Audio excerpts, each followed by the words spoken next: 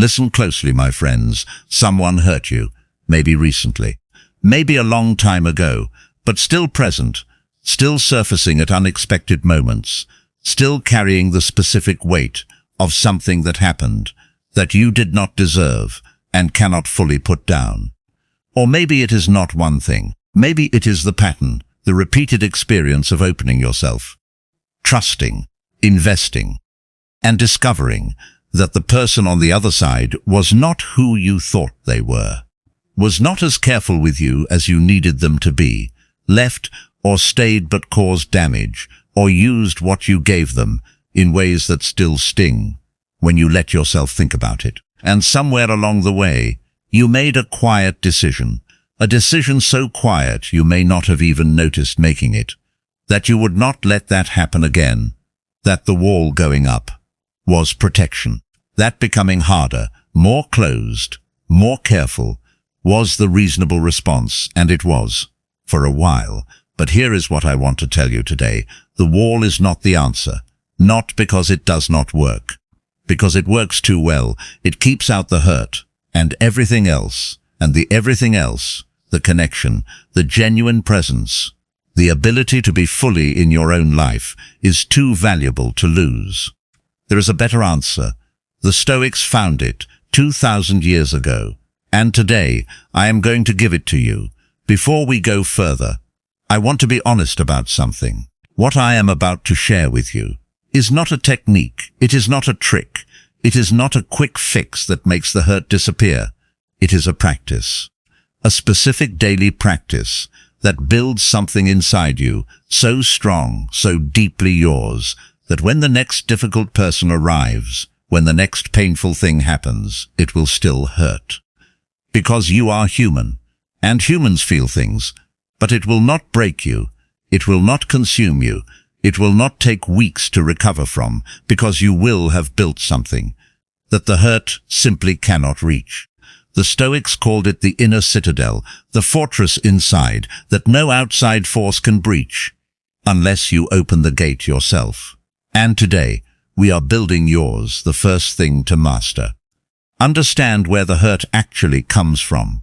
Most people think hurt comes from what happened. It does not.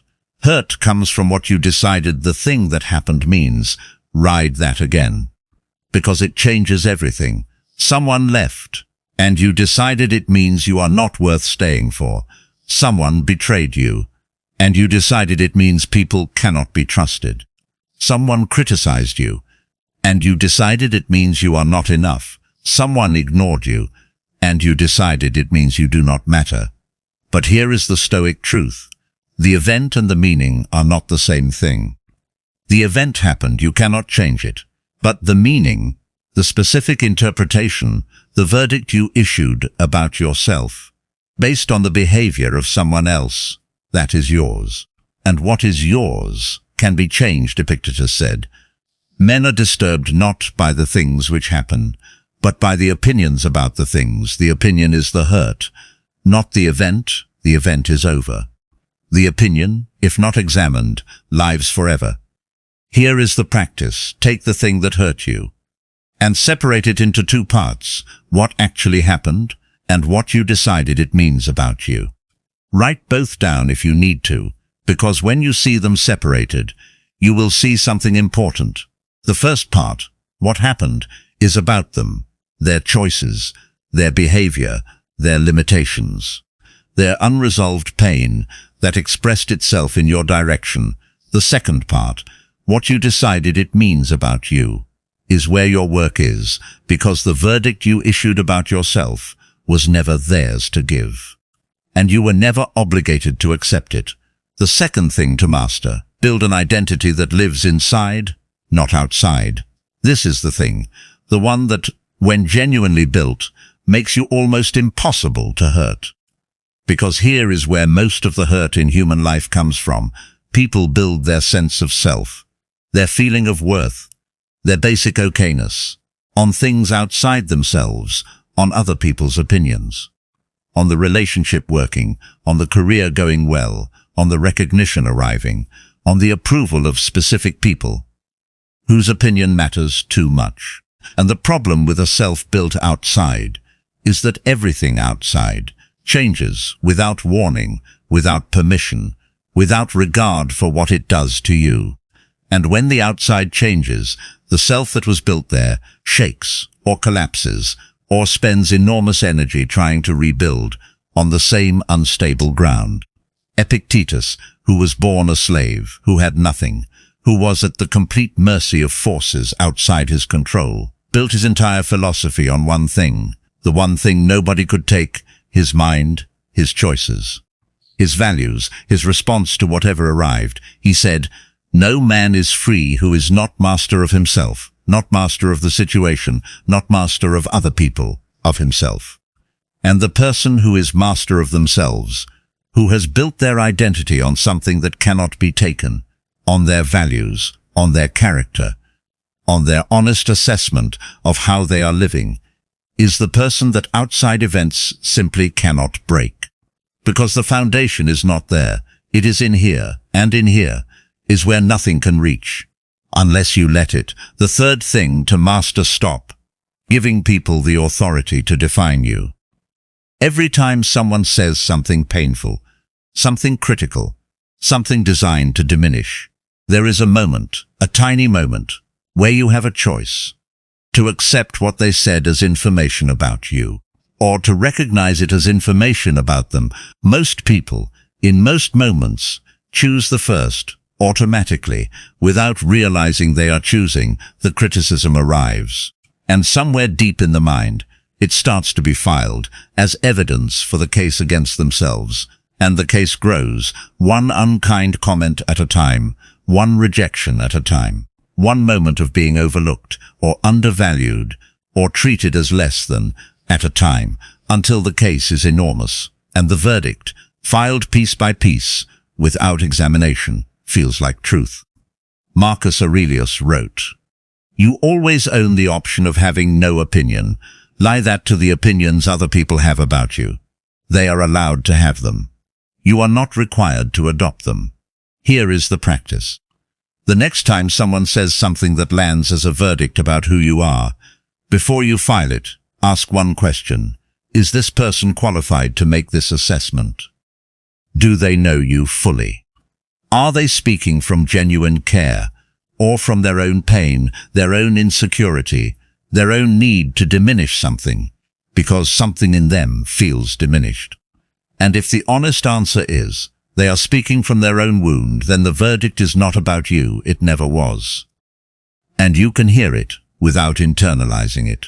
You can receive the words without accepting the judgment. That specific separation between receiving and accepting is one of the most powerful skills available. The fourth thing to master: feel everything, but let nothing own you. This is the distinction the Stoics made, that most people miss, because most people think, when they hear about Stoic emotional control, that the goal is not to feel. It is not. The goal is to feel fully, honestly, without suppression, and at the same time to not be owned by the feeling. There is a specific difference between "I am feeling hurt" and "I am hurt." The first version has the feeling, the second version is the feeling, and the person who is the feeling makes decisions from inside it, says things from inside it, defines their future from inside it. But the person who has the feeling can observe it, can name it, can ask, "What is this telling me? What does this feeling need? And what do I choose to do with it?" Marcus Aurelius wrote, "The first rule is to keep an untroubled spirit, not an empty one." Untroubled, the specific peace of someone who is feeling everything and has chosen not to be consumed by any of it. That choice, made possible by the inner citadel, by the identity that lives inside, by the practice of not handing the verdict to others, is the choice that changes everything. Feel it, all of it. And then choose what comes next, to forgive, not for them, for you. This is the most misunderstood word in the entire conversation about being hurt. Because most people think forgiveness means what they did was acceptable. It does not. Most people think forgiveness means the relationship continues. It does not. Most people think forgiveness means they deserve it. They may not. Forgiveness in the Stoic sense means one specific thing. You are releasing the weight, not for them, for you. Because here is what carrying the weight of unforgiveness does. It keeps you in relationship with the person who hurt you, longer than the relationship itself lasted. It gives them, long after they have moved on, a continued presence in your mind, your energy, your emotional life. And the carrying, which feels like justice, which feels like the appropriate response to what they did, is actually a gift to them.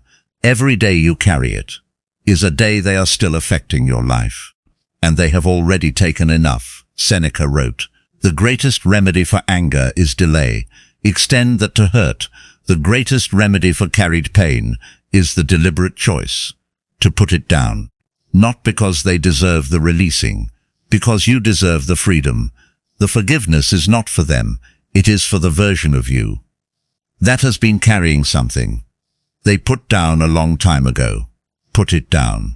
Not all at once, not perfectly, but begin today. The putting down is how the carrying ends. The sixth thing to master. Become someone whose inner world cannot be disturbed. This is the culmination of everything. The inner citadel fully built. The person who has understood where hurt comes from. Who has built the identity on the inside. Who has stopped giving others the authority to define them. Who feels everything without being owned by anything. Who has released the weight of what was carried. That person is not invulnerable. The Stoics never promised invulnerability. They promised something better. Stability, the specific groundedness of someone who can be touched by life, who can be moved, who can be hurt, and who returns consistently to themselves, to their values, to the inner place where the real self lives, underneath everything that happens to it. Marcus Aurelius called this the ruling faculty, the part of the mind that observes, that chooses, that cannot be taken, only surrendered. And the person who does not surrender it is the person who, regardless of what life brings, remains themselves. That is not invulnerability.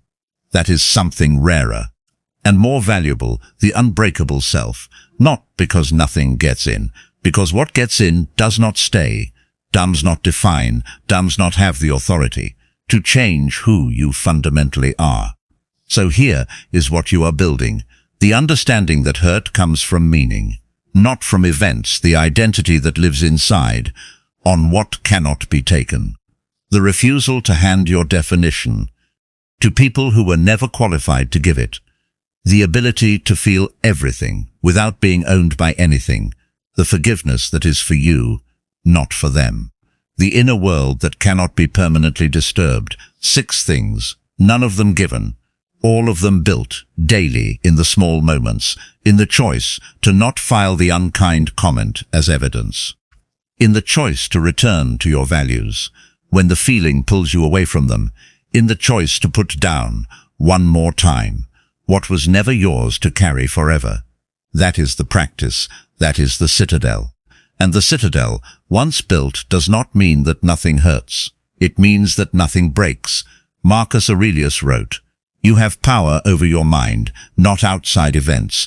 Realize this, and you will find strength." The strength is not in controlling what happens to you. You never had that, nobody does. The strength is in what happens inside you. When the outside arrives, that inside is yours. Completely, always. And nobody, no person, no circumstance, no unkind word or broken promise or unexpected loss can enter it without your permission. That is the mastery. That is what nobody can hurt. Build it, starting now. Listen closely, my friends. One final time. You have been hurt and you survived it. Every single time. You are here, still thinking, still feeling, still choosing, still building. And the version of you that is building right now, the one watching this video, the one that has been through enough to know that being careful is not the same as being protected, that the wall is not the answer, that the real protection was always available and was always inside, is already closer to the Citadel than you know. Build the rest. One practice, one day, one return to choice. At a time, you are already doing it. If this found you when you needed it, share it with one person who is still carrying something. They were never supposed to carry this long. Squeed for new Stoic wisdom every single week.